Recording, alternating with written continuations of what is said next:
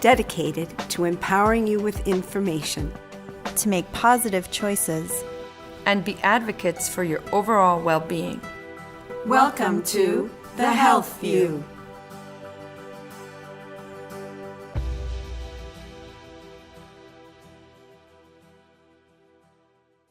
Welcome to The Health View. I'm Yvonne Dunitz, and today we're going to be talking about school gardens and the Healthy Eating Initiative. My guests are Andrew Morin and Chris Udon. Welcome. Thank you for having us. Thank you for having us. So this project that you're involved in has to do with the Regenerative Roots, which is an organization that you established in order to bring healthy food into the schools. Tell us how it all began. Well, Chris and I have been friends since high school. There's also two other Nashua natives and one other individual that's been friends with Chris for quite some time. Yeah. We got together and we just started having some conversations about trying to make an impact in the community. During the time while doing so, we really thought that overall we're really passionate about sustainability and conservation, but we thought that local foods could be a way to touch upon that. So how did you begin? I understand you have a garden and more than one. Yep. Yeah, it took several years of planning and talking and meeting people to really get the whole thing rolling. And, you know, people really didn't believe that we were going to get anything done because nothing was really happening. But over that time, it really has produced really good relationships with community members and other people around that really like what we're doing, and having us and led us to get into the high schools and to get into the greenhouse at Nashua High North to clean that up and get the kids all in there growing their vegetables, and the raised beds that we built over at Nashua High North that the Green Club tends. It's definitely coming along nicely. And our other about quarter acre that we have at Sullivan Farm, that everything we donate goes to the soup kitchen and to the food pantries. And so did it begin with the schools or at What Sullivan we originally Farms? started is, we were very idealistic and altruistic when we first started, and we wanted to start a community center. I think that we were talking to someone that was going to be developing the Franklin Street building that Brady Sullivan is currently turning into apartments. He wanted to work with us. We also talked about trying to establish something at Beaver Brook.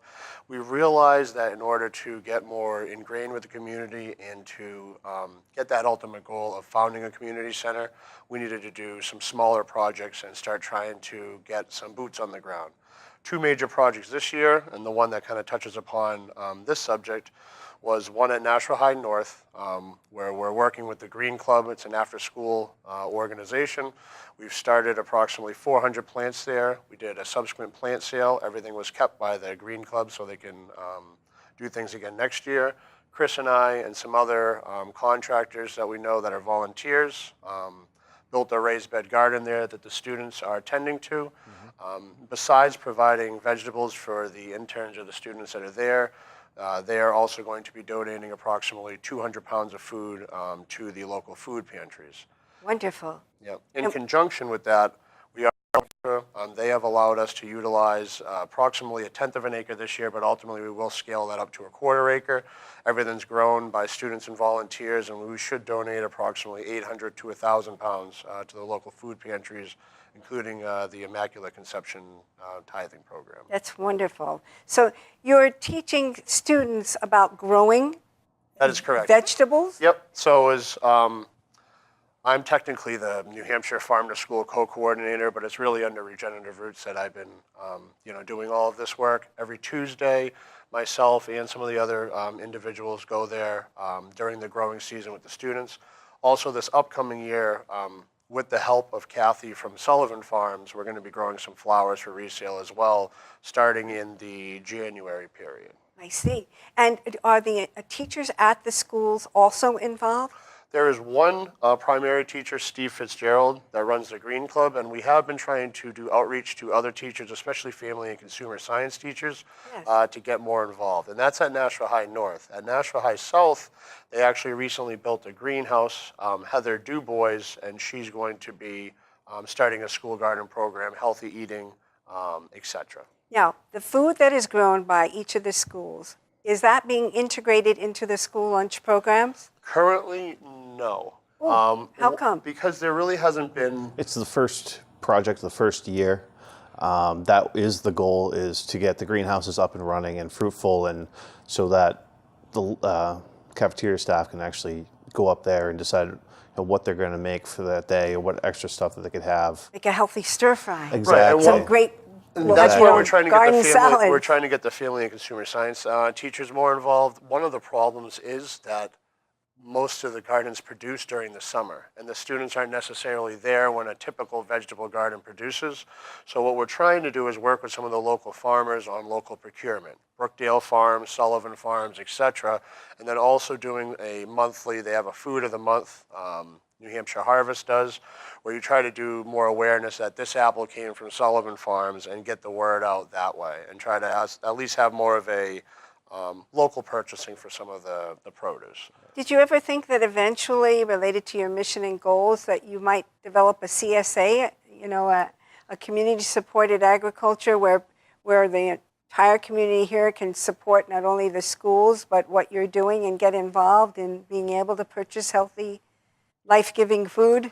Yeah, I mean, one of the major initiatives that are doing next year, just because we got a fair amount of funding this year, is we're going to be giving a $2,000 scholarship to something called the Young Farmer Incubator. We want to get two students, either high-level high school students or UNH agricultural students, to utilize approximately 1/8 of an acre to 1/4 acre, and ultimately we want that to be sold in some type of CSA. I think the first year they're probably just going to be selling at farmers markets because there won't be enough, but we would like that to steamball where it was kind of a really of a partnership where some of the people that have graduated, et cetera, that in their early 20s can help some of the younger individuals start their own businesses and kind of use it as a piggyback, because one of the biggest problems with starting an agricultural business, at least locally, is the cost of land. And there really isn't that much farmland available anymore. Now, are the nutrition staff involved in any way with your efforts? Because I think they would be great to be involved with this, to learn what you're growing, how you're doing it, how they can prepare for next year. There's a whole coalition from New Hampshire Farm to School that's been kind of working towards this. So I'm actually working with one of their staff for the local procurement, because we have to go through the schools in order to purchase that. And they have a chef's club, too, where they're teaching students how to Yep. make food. And are they involved so that they can learn I this believe aspect? with the Family and Consumer Sciences, Yes. they are. I don't know if they have been directly involved yet, because this is, again, we started this, January, February of this year, so it's really been ramped up quite a So lot. this is totally- this is the first boots on the ground year that we've had. That's so we've really been fantastic. making more of an impact. So hopefully they can utilize stuff from the garden. Right, so our goal would be to have full use, for the students to have full use of the greenhouse to grow from September all the way through Right. into June. Because they could grow not only vegetables, they could grow fruit. Yeah, Fruit, exactly. yeah. And then that stuff then can be used in the school lunch or into the chef's programs. And or they can learn whatever they have. canning. Yes. They can learn how to. And there was, we were in the process, along with the UNH Master Gardener program, of trying to set up, it may not be just with the schools, but we would like to do it with the community-wide, some type of presentation series where you have canning, seed preservation, aquaponics and hydroponics, which is something Chris and I are very interested in, and we think that it could lead to some partnerships with some, STEM or engineering programs, et cetera. So we're hoping to set that up. We've already talked to a couple of the master gardeners, but it still is in the infancy stages. But that How is have you another been aspect.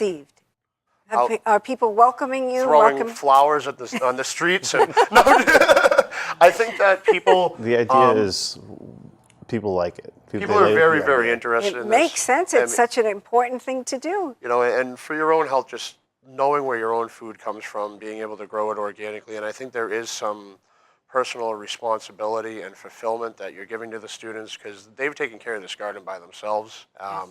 I do a lot of the work at Sullivan Farms, but they have, and you can see that they're really, it makes them far more interested and more inclined to eat healthy. And also with Farm to School, Regen Roots has been working with the high schools, but but there have been various other partner organizations that are working with the elementary schools, UNH Cooperative Extension, Grow Nashua, et cetera. So we are trying to do And the a middle schools continuity. too?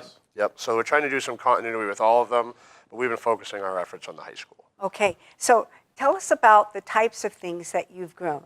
What did you decide to start with in the greenhouses as well as in the outward Well, fields? everything we have, well, 95% of what we have is all heirloom variety. Right now at Sullivan Farms, we have a couple different types of cherry tomatoes, grape tomatoes, regular big tomatoes. I'm not a big tomato fan, so I don't know. But They're delicious. hot There's peppers, nothing green like- peppers, yellow peppers. We have several potatoes plants. I think we planted, 50 of them? Yep, 50 hills of potatoes. So we've already picked about 8 to 10 of those, and there's a lot of potatoes. And where is all of the food going to as you're picking it and it's growing now? We put it in the box and we deliver it to Immaculate Conception's food pantry and the soup kitchen.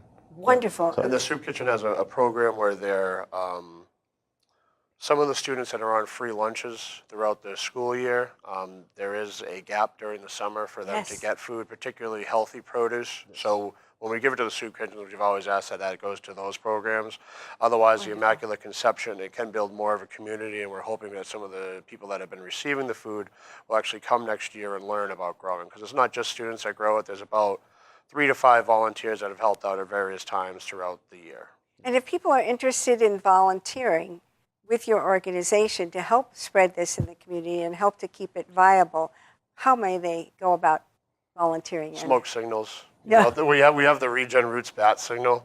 So if you ever see that in the sky, then you just come to the office. No, it's we have a website.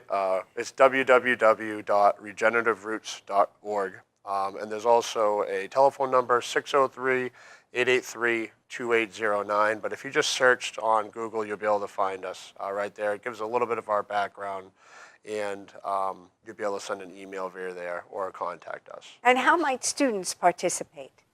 Students, they could get either involved in the Green Club in Nashua High North, reach out to Steve Fitzgerald if they didn't want to get involved with the Green Club, or at Nashua High South, Heather Dubois. If they could reach out to her, because those are my 2 major faculty contacts, and they would be able to let us know. You know, for the next couple months, there's admittedly not going to be a lot. You know, in early October, the garden's going to shut down, and then for those 2 months before we start up seedlings in January, there won't be a lot of volunteer opportunities. But starting from March through August, right about where we are now, you know, we need as many people as possible, because there's quite a lot of land that we could utilize at Sullivan Farms and help revitalize. Okay. Now, Sullivan Farms doesn't sell the vegetables because they're going out to the various organizations and the soup kitchen and... Sullivan Farms does sell the vegetables. So Sullivan So Farms there's is the some- last commercial operation in Nashua. I used to be part of the Conservation Commission. I told them that we were looking for a lot of land to start this community garden. They're very interested in getting more students involved, young people at the farm, so they were able for us to utilize a portion of their land. But they still... have their own vegetables that they Correct. sell, not the ones that you're Correct. selling. Right. Now, the greenhouses. You said that you kind of gave the greenhouses an uplifting, got them ready to be able to... Well, the one at Nashua High North, we cleaned that one out, and that's where all the seedlings started.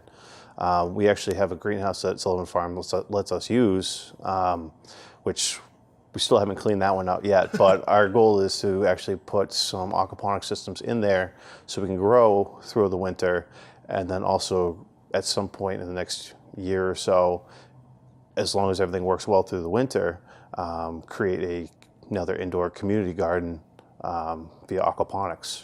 Something year-round. That's like So a for Disney year-round. World, right? Yeah. That they have that. Yes. I was fascinated by that. Yeah, think I it- saw that, and it's like, wow. Wow, really, and it's how great for much they're leafy able greens. to, they raise all the vegetables, or a good majority that they need for their restaurants there. And it's all vertical. This is phenomenal. Yeah, you took the So- boat ride through it? Yeah. So that's one of your goals. Yeah, we've already...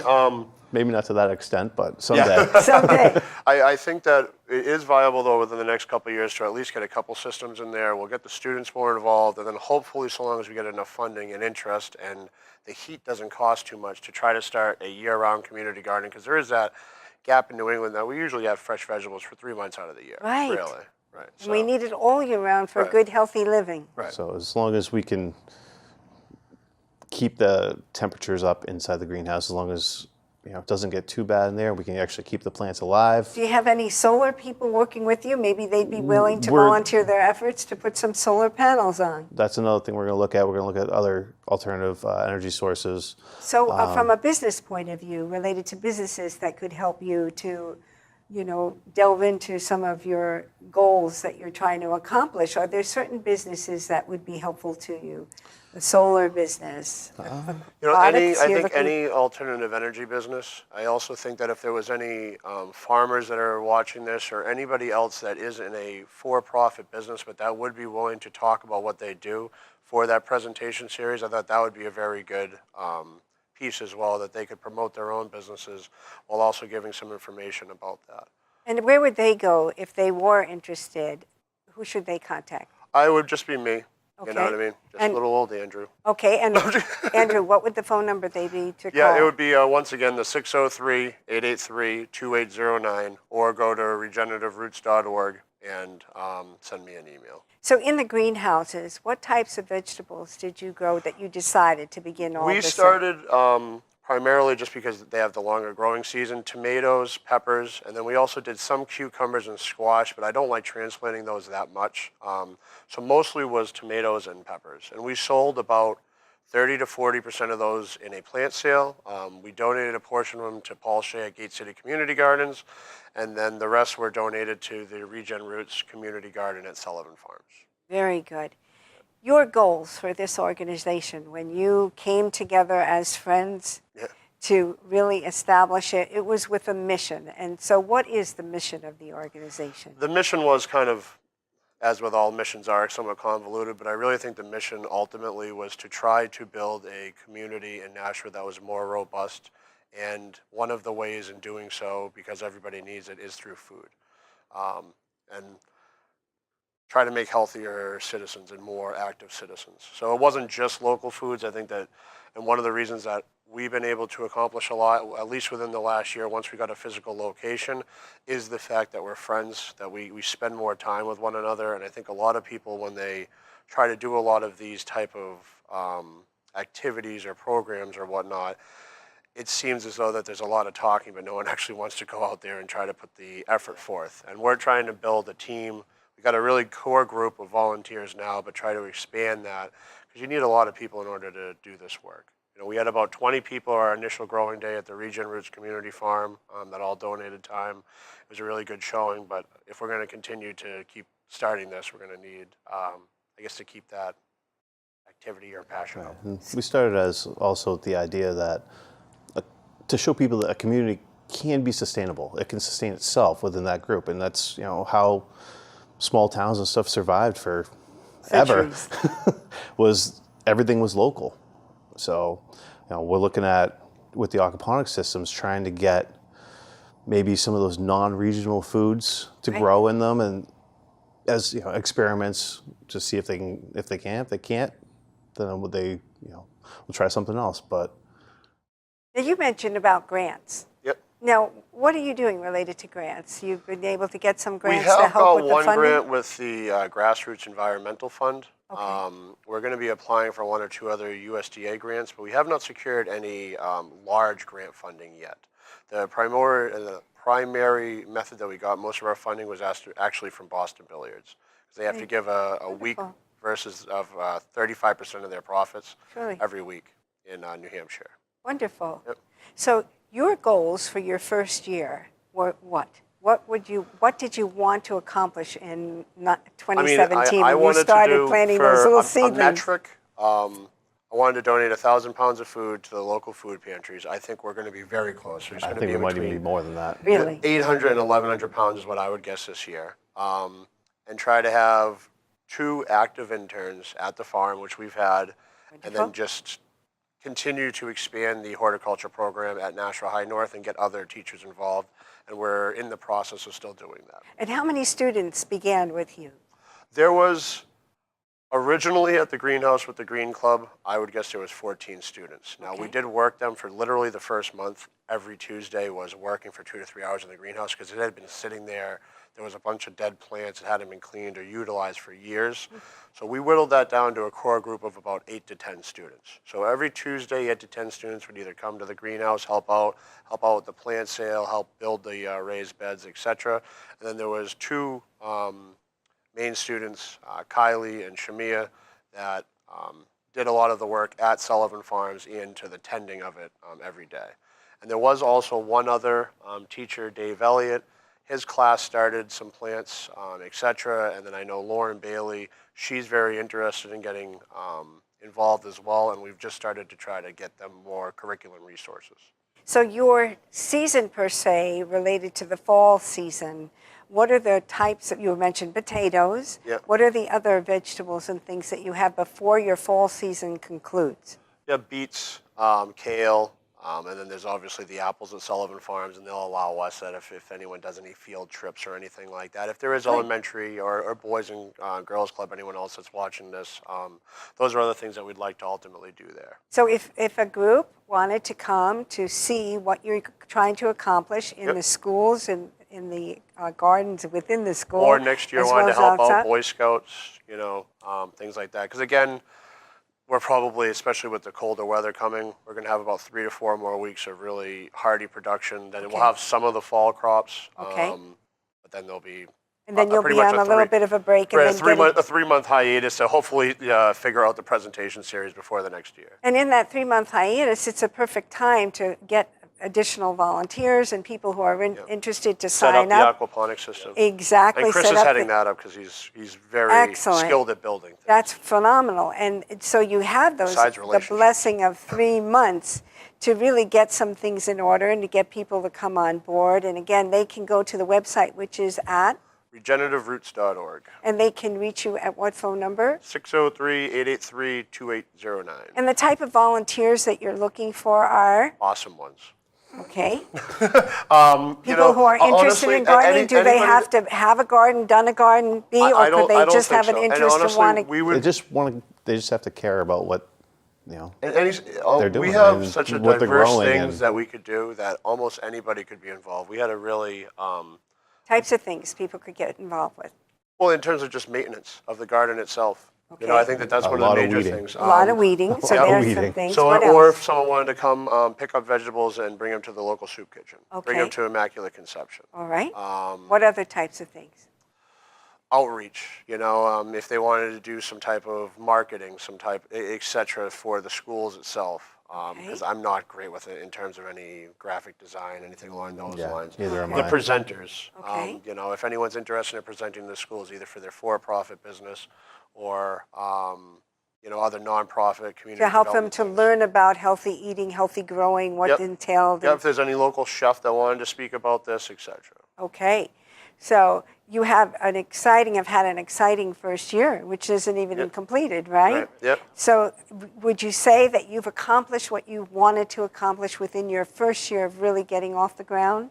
I think we've accomplished way more than we ever expected we were going to. There you go. The garden looks amazing, and everything that we've donated has been great. Must be a great feeling. It is. And I'm sure people are very appreciative of it. It's just nice to see everyone come together to tend the farm and actually have passion for it. That's And wonderful. then if he's the positive, I'll be on the Yang side. We had a really, really good group of people that were coming, but I would like to see more community involvement, more volunteers. But Okay, for the and- first year, we were And this very is a great satisfied way with to that, but- try to reach Yep. out and get people involved in it. So what will your goals be for next year now? As you have these 3 months now of a break to get ready to prepare for it, To what do you me, want to the achieve? goals would be to try to double the size of the operation. We did approximately 4,000 to 5,000 square feet this year, so double the size of the community operation. Start the Young Farmer Incubator, which will be on about a tenth to a quarter of an acre, I think, and start developing the aquaponics operations in the greenhouse. Also, we've been helping Sullivan Farms try to put that in a conservation easement. If they ultimately do and it can't be developed, then we'd be in some type of negotiations just to see if we'd be able to take over part of the operation and turn that into a community center. Wouldn't that be something Right. with community gardens and That's what we want to do. We'd like to have one garden similar to this one now, where it's just students and volunteers, everything's donated. Other gardens where we're helping young individuals start their own businesses.